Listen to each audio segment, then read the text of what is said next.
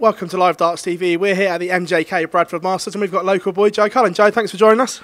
Yeah, it's good to be here. Yeah, it's the first time I've been with you boys, so I'm looking forward to it. I say, nice playing at home as well, I'm guessing. Nice local crowd for you?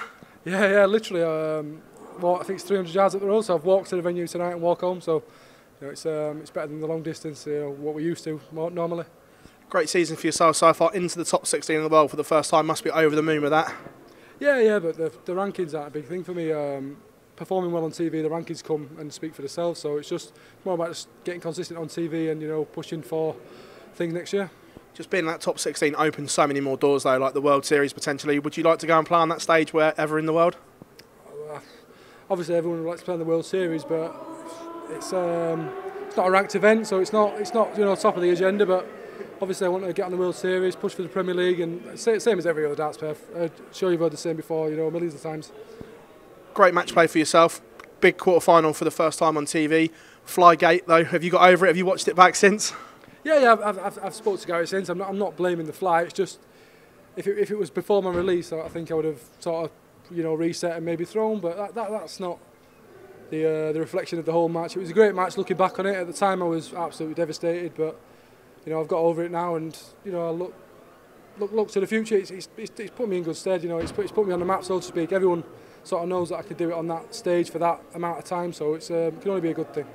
Now it's the end of the season. It is silly season. We've got tournaments all over the place. Pro Tour this weekend as well, the last one, but then the European Championships finals in Dortmund. Looking forward to that. Tough for us, first round game against Yellow Klassen.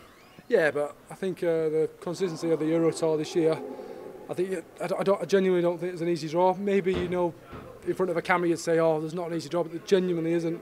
Everyone can play, and I'm good friends with Yellow, so it should be a tough game. I've not got the greatest record against him, but it's the best time to put it right. You both play at a good pace, though, so one that will suit both of you.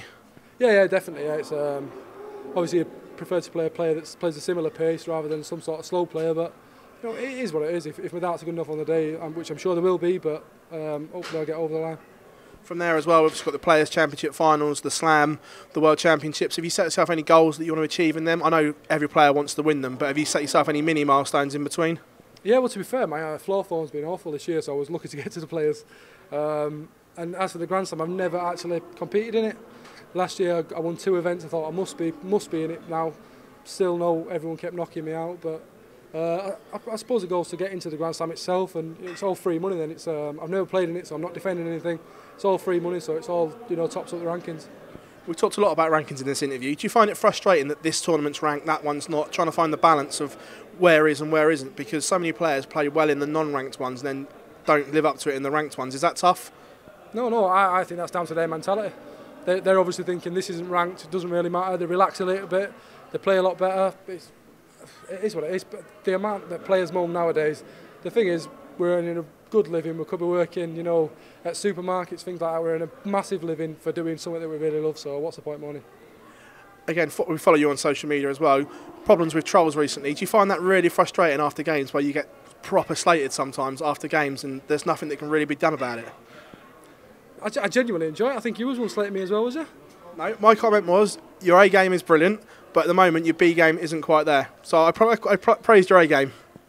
But then, when you praised me, in fact, what you said is, my B game isn't brilliant, which I agree with, and you said this is why Joe Cullen should have been in the Premier League because of his B game. But do you say when I throw 109 average, do you say that's why he should be in the Premier League? You don't say that, do you? Yeah. If I look through, I'll find you. I'll find you a tweet. You were in my. You find me a tweet. You were in my Premier League 10. The last one I saw wasn't. Yeah, you were. I picked you and Darren Webster. The last one I saw wasn't. With Wayne, I picked you and Darren. Wayne didn't even pick Peter Wright, so what's he know? But yeah, it's like I say, I'm only joking. It's good for the camera. But no, that's everyone's aim, just to push on for the Premier League. But I think last year, before it came up to the last 3 TV events, I think I was probably in, I would say, and I think that got to me. I was all for the last 3 events, and it cost me. So this year, I'm not going to try sort of dwell on that. It's difficult, I think, for every player. But there's players playing for the places. Not naming names. I'm sure you know who it is. There's probably, I reckon, there's 3 spots at the end of the year, maybe 2. So hopefully, I'm one of them. Last one from us. You're captain of your local pub side. Pick your 6-man dream team. Anyone you want from any era. Phil, Van Gerwen, I never really watched old darts, so I can't say like Bristol or people like that because I didn't watch it. Mark Webster, if you want. If you want. I'm not going to pick Devon, he's not in the best of form. Can I pick myself? Yeah. Yeah, I won't do that. So how many is that? 3. Probably on form, Rob Cross. Yep. Jockey, probably. Nice. He was decent, wasn't he? Yeah. How many have I got left?